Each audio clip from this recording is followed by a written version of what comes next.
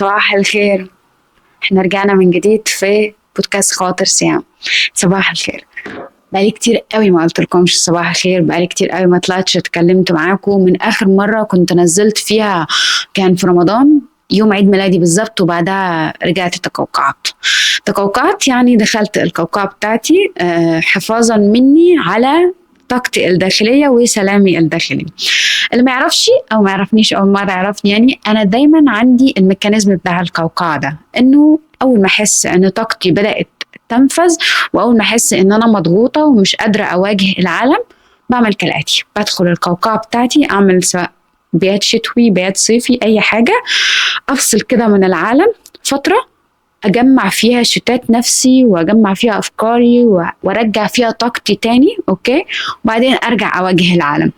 للاسف ده ميكانيزم انا على طول بعمله، وللاسف الميكانيزم ده انا من جوايا بحس ان هو مش صح، بس مش بقدر اتخلص منه، لانه ببساطه بحس ان انا من غير الميكانيزم ده، لو انا سهام دلوقتي انجازاتي مثلا سهام واصله لغايه هنا، انا واثقه ان من غير الميكانيزم ده سهام هتبقى هنا معدية. اوكي، بس للأسف مش بقدر اتخلص من الميكانيزم ده.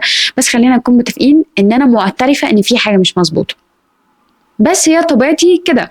مش بحس ان انا العالم يستاهل انه اضيع طاقتي عليه، لان انا رقم واحد في حياتي هو طاقتي وسلامي الداخلي. مستعدة اعمل اي حاجة في مقابل ان انا احافظ على الطاقة بتاعتي دي والسلام الداخلي اللي من جوايا، وفكرة ان انا اكون متصلة بذاتي. بجد مستعدة اعمل اي حاجة. واول ما بحس ان انا مشوشة وانه الدنيا مش مظبوطة، لا، بهرب. بحس انه ده مش مكاني وده مش طاقتي وده مش اي حاجة، فبهرب لغاية ما ارجع ألملم الطاقة دي تاني. أتمنى إن أنا أقدر أتخلص من الموضوع ده في يوم من الأيام، لأن هو فعلا بحس إن هو مؤثر عليا في إنجازات كتيرة. بس يعني اتس اوكي، ما فيش مشكلة، واحدة واحدة إن شاء الله هنقدر نتخلص منه. بس خلاص، رجعنا، حاولنا نجمع شتات نفسنا ورجعنا في حلقة جديدة من خواطر سهم. كان بقالي كتير قوي ما طلعتش، وبقالي كتير قوي ما قلتش خواطر سهام، وبقالي كتير قوي ما قلتش صباح الخير، وطلعت شربت معاكم القهوة. للي ما يعرفش خواطر سهام او اول مرة يتفرج على خواطر سهام او يسمع خواطر سهام، كل الفكرة في البودكاست ان انا بطلع اقول خاطرة، كلام من القلب، ما بكونش مرتبة له اي حاجة. بطلع اقول حاجة انا حساها وحاجة جوايا او حاجة مريت بيها او حاجة قريتها واثرت فيا. اي حاجة خاطرة تخطر على بالي بطلع اتكلم فيها. والخاطرة بتاعت النهاردة اثرت فيا وحسستني انه يعني تجربة مريت بيها، وواثقة ان ناس كتير مرت بيها، وحسيت ان انا لو طلعت اتكلمت في البوينت دي هتفرق مع ناس كتير.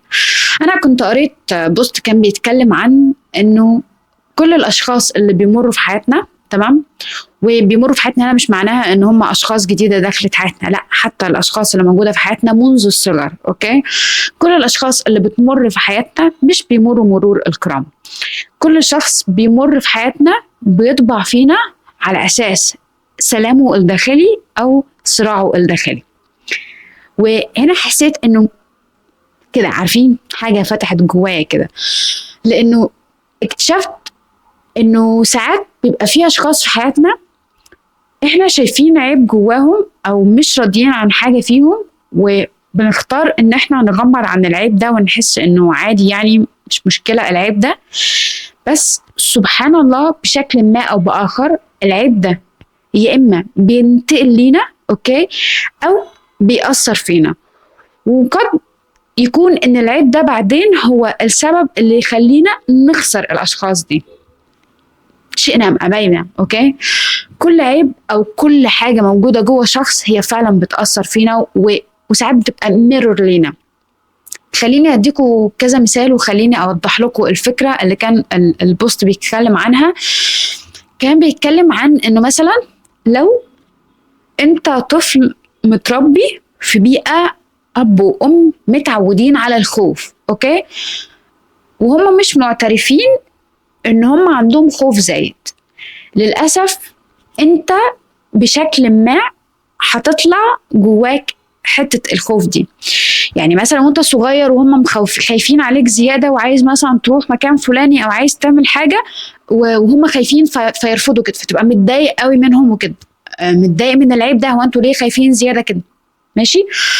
بعدين لما تكبر هتلاقي نفسك لا اراديا عندك البوينت بتاعت الخوف دي، تمام، لان هم عكسوا او زرعوا فيك الحته بتاعت الخوف دي. وخصوصا لو الاشخاص مش معترفه ان عندها العيب ده، او مش عندها وعي ذاتي ان هي عندها المشكله دي او الصراع ده او العيب ده. وحطوا تحت نقطه ان هم مش عندهم وعي ذاتي دي كده خطوط كتيره قوي، لانه ساعات الاشخاص او كلنا عندنا عيوب وكلنا عندنا صراعات وكلنا عندنا مشاكل، بس في جزء مننا بيبقى معترف ان هو عنده مشكله ما، تمام، فبيبدا يحاول يتغير، بيبدأ يحاول يصلح من نفسه في المشكلة دي. لأن ببساطة أول خطوة من خطوات التغيير زي ما قلت لكم قبل كده هو إن أنا أعترف إن في موجود مشكلة ما. لكن لو أنا مش معترفة أصلا إن أنا عندي المشكلة ما دي، أو مش معترفة أو مش عندي وعي ذاتي إن أنا عندي الصراع ده، أنا عمري ما هتغير. لأنه أنا هتغير إزاي؟ همسك البوينت دي إزاي أنا أغيرها لو أنا أصلا مش معترفة إن هي موجودة؟ همسك حاجة إزاي مش موجودة؟ فاهمين قصدي؟ فعشان كده بقول لكم حطوا تحت فكرة انه الشخص يكون عنده وعي ذاتي او عنده اعتراف منه انه هو عنده المشكلة دي 100 خط، لان احنا هنحتاجها بعدين، تمام؟ مثلا اشخاص بتدخل حياتنا وبيكون عندهم صراع داخلي، شخص بيهرب من نفسه، شخص مش مرتاح مع نفسه، شخص مش عارف يحب نفسه، شخص عنده عدم ثقة في نفسه، حاجات كتير.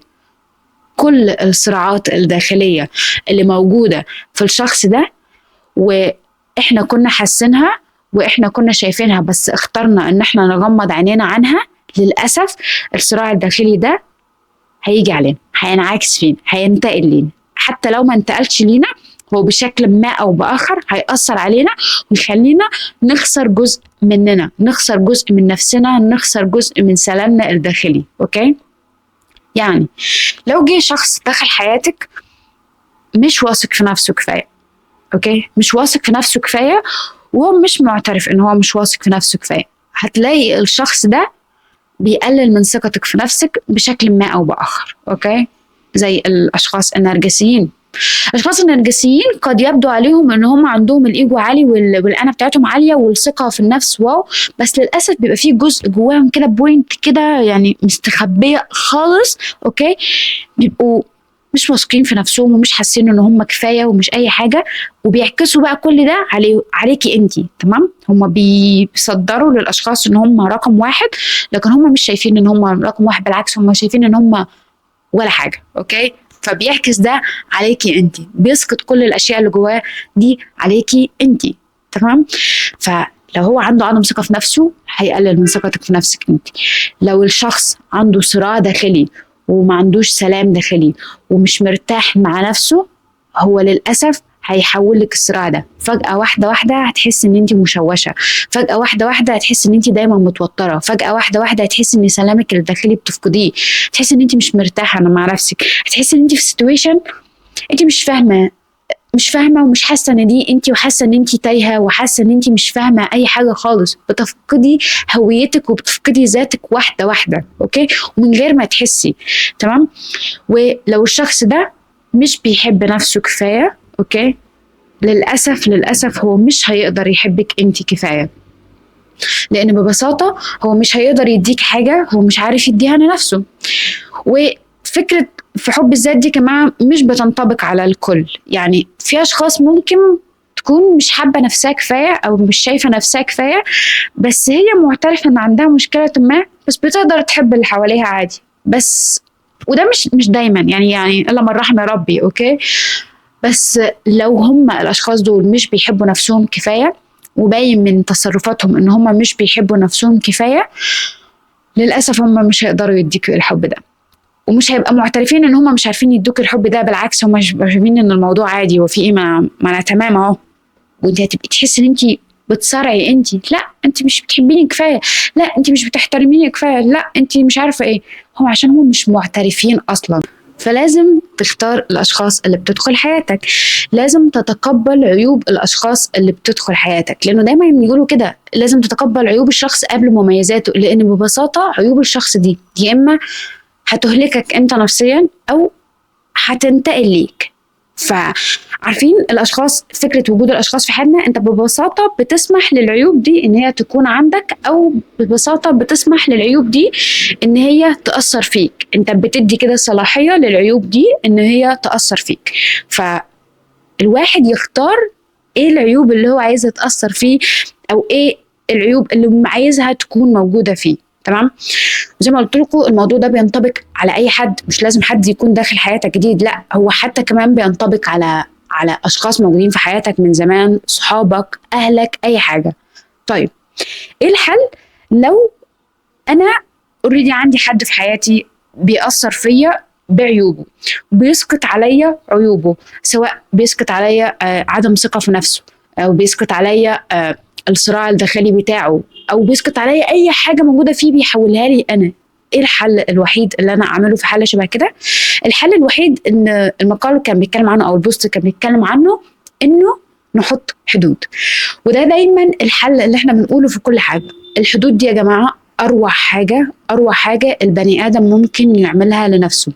فكرة إن هو يحط حدود ليه وللأشخاص اللي حواليه، ده كده بيكون بيحمي نفسه، بيحمي طاقته، بيحمي سلامه الداخلي، بيحمي كل حاجة.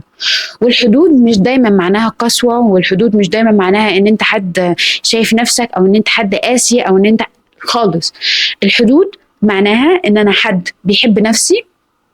الحدود معناها ان انا حد بيحافظ على سلامي الداخلي. تمام. ومش معنى ان انا بحط لك حدود معناها ان انا بكرهك، او مش معنى ان انا بحط لك حدود ان انا شايفك حد مش كويس خالص. انا اكن لك كل الحب والاحترام والتقدير، بس انت من غير ما تقصد بتأذيني، انت من غير ما تقصد بتاخد من طاقتي، انت من غير ما تقصد خلتني شخص مشتت، خلتني شخص مش احسن حاجة، خلتني شخص بيعاني. فانا مش هسمح لك ان انت تخليني اعاني اكتر من كده. فانا هحط لك الحدود دي، هحط لك الليميت ده، عشان انا مش عايزه اخسر نفسي تاني. يعني يا جماعه بجد اهم حاجه عندكم في حياتكم تعملوها هو سلامكم الداخلي والحفاظ عليه. وتاني عايزه اقول لكم انه مش معنى ان الاشخاص دي بتعمل كده ان معنى الاشخاص دي مش كويسه، لان زي ما قلت لكم في الاول ان الاشخاص دي مش عندها وعي ذاتي ان هي بتاذيكوا. هي مش مدركه، هي مش اولا مش عندها وعي ذاتي ان هي عندها المشكله دي او عندها العيب ده او الصراع ده. فللاسف يعني هي مش عندها وعي ذاتي ان هي كده بتاذيكوا، او مش عندها وعي ان هي كده بتحط العيوب دي فيكوا خالص. بالعكس هم ممكن يكونوا بعاد كل البعد عن ان هم ياذوكوا، بس للأسف هم مش عندهم الوعي الذاتي ده. تمام. فأنا مش هروح أغير أشخاص هي مش عايزة تتغير، أنا مش هروح أساعد أشخاص هي مش عايزة تساعد نفسها. ممكن الأشخاص دي تكون كويسة فعلا ومش قصدها أبدا إن هم يأذوكوا. تمام. بس للأسف هم بيأذوكوا بطريقة غير مباشرة من غير ما ياخدوا بالهم. تمام. فالحل الوحيد لو انا شخص بقى عندي وعي ذاتي بنفسي ان انا احمي نفسي واحط حدود لنفسي وما اسمحش ان الاشخاص دي تاثر عليا باي شكل من الاشكال. واحيانا بيكون في شخص بيبقى واشخاص بيبقى عندها الرغبه في انها تاذيكوا، دي اشخاص تانية مريضه بنبعد عنها تماما. مش بس بنحط لها حدود، ده احنا يعني بنبعد كل البعد وبنطلع نجري، ولو طولنا ان احنا نضربهم قبل ما نجري. طبعا مش هنعمل كده عشان ده مش سلوك انساني صح، بس انا بتكلم يعني انه لو شخص فعلا بيأذيني وهو من جواه عنده نية ان انا يأذيني، لا هو ده بوينت ما فيهاش نقاش اصلا. يعني ما ينفعش تتناقشوا مع نفسكم وتسمحوا لنفسكم ان انتوا تكونوا اصلا في سيتويشن زي ده، عارفين ان اللي قدامكم قاصد ان هو يأذيكم، وانتوا مستنيين ومتقبلين الاذى ده ومش عارفين تتخلصوا من الشخص ده. انتوا كمان مش بتحبوا نفسكم كفايه، انتوا كمان محتاجين تشتغلوا على نفسكم كفايه، انتوا كمان عندكم مشاكل انتوا كده محتاجين تعالجوها. لانه اي حد بيحب نفسه واي حد مقدر ذاته هو عمره ما يحط نفسه في سيتويشن زي ده. وانا عارفه ان ساعات الموضوع بيكون صعب، اوكي، انه انا احط حدود للاشخاص او ان انا ابعد الاشخاص عن حياتي لو هي بتاذيني، وخصوصا لو هي مش قاصده ان هي تاذيني. انا عارفه ان الموضوع بيكون صعب وهتتعبوا، بس على قد التعب اللي انتوا هتتعبوه ده لو فضلتوا مكملين مع الاشخاص دي وفضلتوا سامحين للاشخاص دي ان هي تاذيكوا وان هي تاثر فيكوا وان هي تسقط كل السلبيات اللي جواها عليكوا او الصراعات اللي جواها عليكوا، انتوا هتخسروا نفسكم تماما انتوا مش هيبقى فيكوا اي حاجه، ولا سلام داخلي ولا حب ولا اي حاجه. انتوا هتخسروا نفسكم ووقتكم، وهتيجوا بعد فتره تقولوا يا ريتني حطيت الحدود من بدري، ما استنيتش كل ده. فبس بجد المقال ده اثر فيا جدا. حسيت انه لا، هو كمان هيأثر في ناس كتير، هيلمس ناس كتير، هيساعد ناس كتير. انه لازم يا جماعة تختاروا الاشخاص اللي بتدخل حياتكم، ولازم عيوب الاشخاص اللي انتوا بتختاروا ان انتوا تغمضوا عينيكم عنها دلوقتي، صدقوني بشكل ما او باخر هتطبع فيكم وهتأثر فيكم، وقد تكون ميرور فيكم، او يعني تنعكس ليكم، او تخليكم تخسروا نفسكم. فما فيش حاجة في الدنيا ابدا تستاهل ان انتوا تخسروا نفسكم. والتواصل، لو انتوا جربتوا التواصل مع الذات فترة، صدقوني هتعرفوا ان دي اروع حاجة ممكن تعملوها لنفسكم. لانه انا بالنسبة لي اكتر حاجة الانسان ممكن يعاني فيها هي مرحلة التوهان. فكرة الانسان يكون تايه، لا دي صعبة، صعبة قوي بجد، فما اتمنهاش لأي حد. بس دي كانت خاطرة النهاردة، أتمنى ما كنتش طولت عليكم، وأتمنى تكون لمست قلبكم ولو بجزء بسيط. وأتمنى إنه أي حد يكون في سيتويشن زي ده وحاسس إنه فعلا أشخاص حواليه بتأذيه، أو أشخاص حواليه بتتبع الصراع الداخلي بتاعها فيه، ياخد الخطوة ويحط حدود. والحدود مش لازم معناها إن أنا أخسر الشخص تماما، بس الحدود معناها ان انا مش بسمح للشخص ان هو يأذيني اكتر من كده، وبعرف اقول لا لما الشخص بيأذيني. بس هروح اشرب القهوة بتاعتي. ودي كانت حلقة النهاردة من خواطر سهام، واشوفكم ان شاء الله على خير في حلقة جديدة. باي.